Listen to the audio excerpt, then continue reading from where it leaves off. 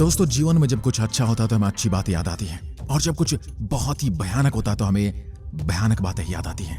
और कभी कभी तो हम घटनाओं की तुलना भी करते हैं यदि उनमें किसी तरह की कोई समानता हो, चाहे वो अच्छी हो या बुरी हो, लेकिन तुलनाएं तो होती रहती हैं। आज हम इतिहास की कुछ घटनाओं से अभी हाल फिलहाल में हुई एक घटना के संबंधों की पड़ताल करने की कोशिश करते हैं। कैसे जब हम अपनी जिंदगी में गलत लोगों को एक नायक, एक आदर्श की तरह लेते हैं, या फिर समाज हमें उन्हें नायक की तरह दिखाता है तो हमारे अंदर भी उनके जैसी मानसिकता पनपने लगती है।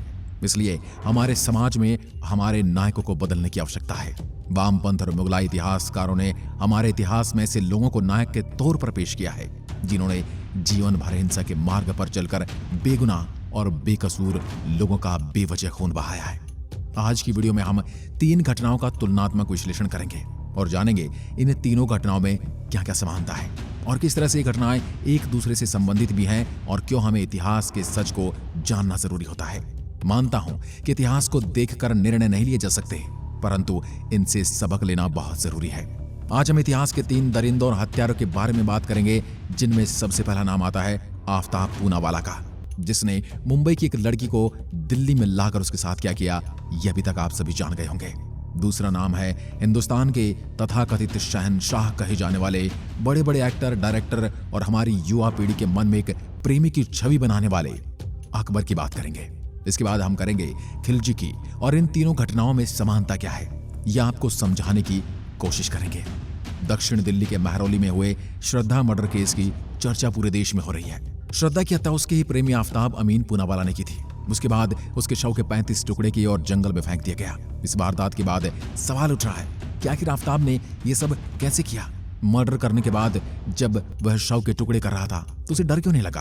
आखिर कैसे वह 20 दिन तक शव के टुकड़ों के साथ उसी फ्लैट में रहा? उसी वक्त आफ्ताब की मनोदशा क्या रही होगी?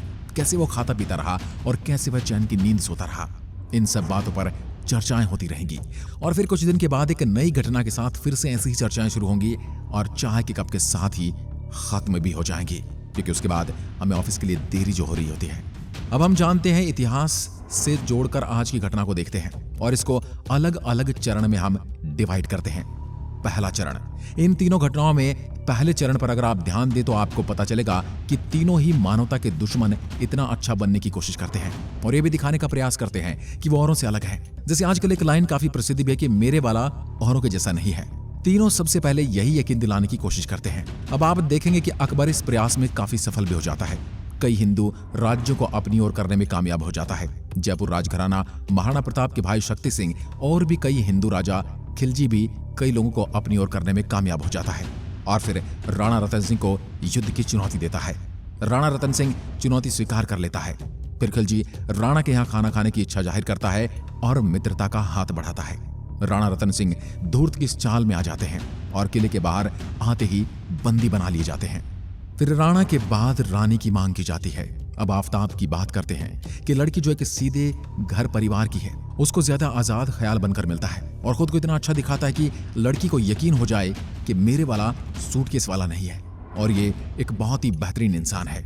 यहां तक तीनों यानी खिलजी, अकबर और आफ्ताब कामयाब नजर आते हैं। अब बात करते हैं दूसरे चरण की। दूसरा चरण यानी आइसोलेशन। दूसरे चरण में आता है दुश्मन को भरोसे में लेने के बाद उसको आइसोलेट करना, यानी उसको अलग थलग करना। कैसे करते हैं जानिए बारी बारी। खिलजी ने राणा रतन सिंह के बारे में बहुत से हिंदू राजाओं को भड़काया और उसके बारे में जहर उगला गया। आसपास के कोई भी रजवाड़े या राज्य राणा रतन सिंह की सहायता के लिए आए ही नहीं और राणा रतन सिंह को भी बाकी लोगों के बारे में छोटी और मनमुटाव वाली ही बातें बताई गई जो राणा के आत्मसम्मान को ठेस पहुंचाए।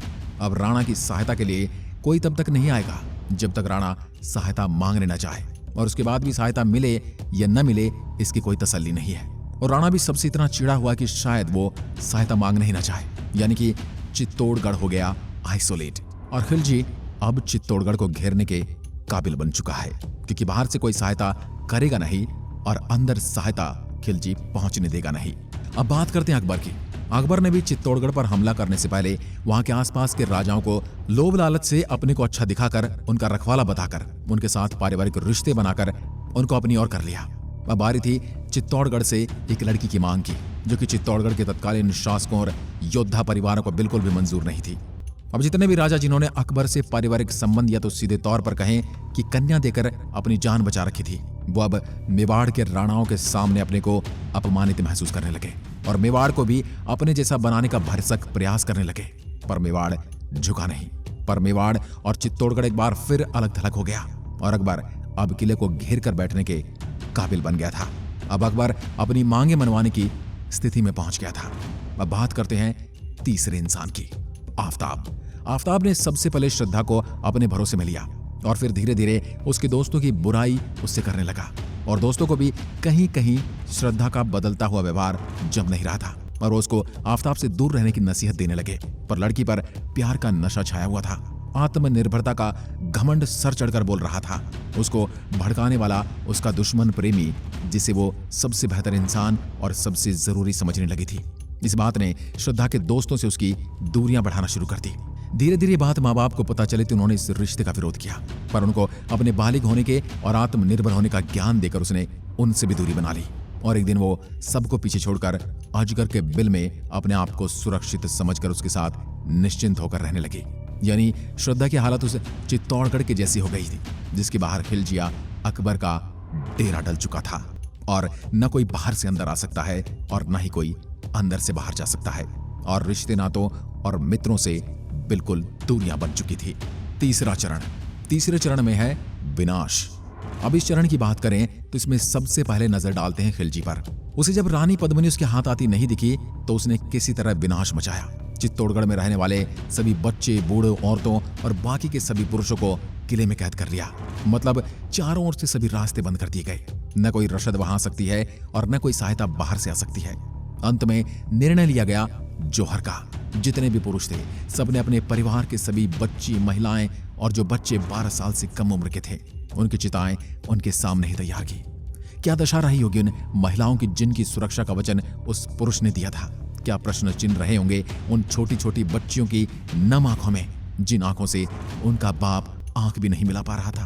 परंतु फिर भी निर्णय लिया जा चुका था क्योंकि युद्ध के बाद उनके साथ जो होने वाला था उससे कहीं बेहतर उन्हें अग्नि में जीवित स्नान करना लगा, क्योंकि जिहादी मानसिकता से ग्रसित उनकी बर्बरता की कहानी उनसे छुपी नहीं थी और जिन्होंने उनकी बर्बरता को नहीं देखा था वह आपकी और मेरी तरह मौन रहकर अपनी बारी की प्रतीक्षा कर रहे थे।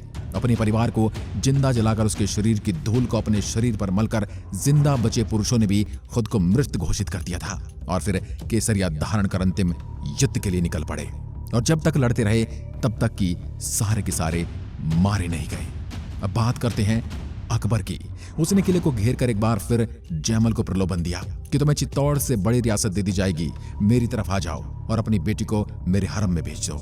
मानसिकता युद्ध की नहीं थी, मानसिकता हमें बेइज्जत करने की थी। तब अकबर की हर चाल विफल रही। अकबर ताकतवर सेना के साथ था और अंदर सेना कम थी। स्त्री पुरुष बच्चे सभी किले में बंद थे, इसलिए ताकत दिखाने का यही मौका सही लगा इस तथाकथित शहंशाह को। वरना इसी चित्तौड़गढ़ की महारानी कर्णावती को अकबर के बाप ने यानी हुमायूं ने कभी बहन माना था, जो अकबर के मुकाबले थोड़ा कमजोर था। पर जब बहन ने सहायता मांगी तो जिहाद के नाम पर हुमायूं भी किनारे हट गया था। अगर ताकतवर होता तो वह भी अकबर की तरह बर्बरता दिखाता और बहन भाई का कोई रिश्ता नहीं मानता। मतलब जब कमजोर हो तो अच्छे बनने का ढोंग करो और जब ताकतवर हो तो विनाश लीला रच दो।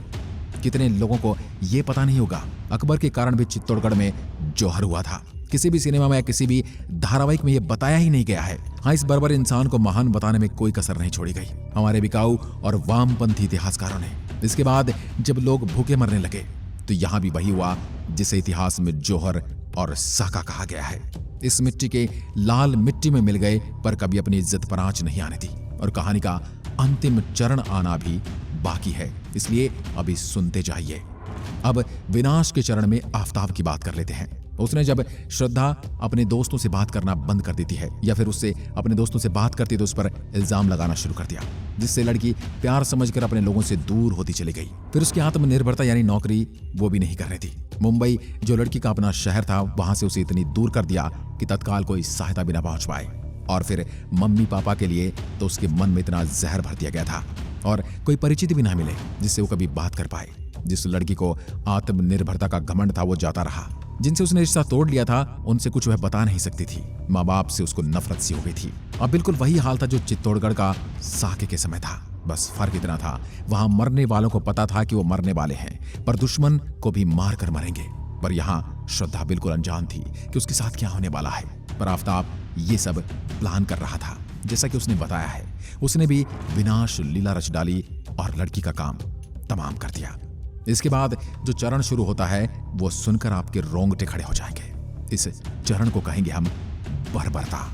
अब कहानी शुरू होती है बर्बरता की।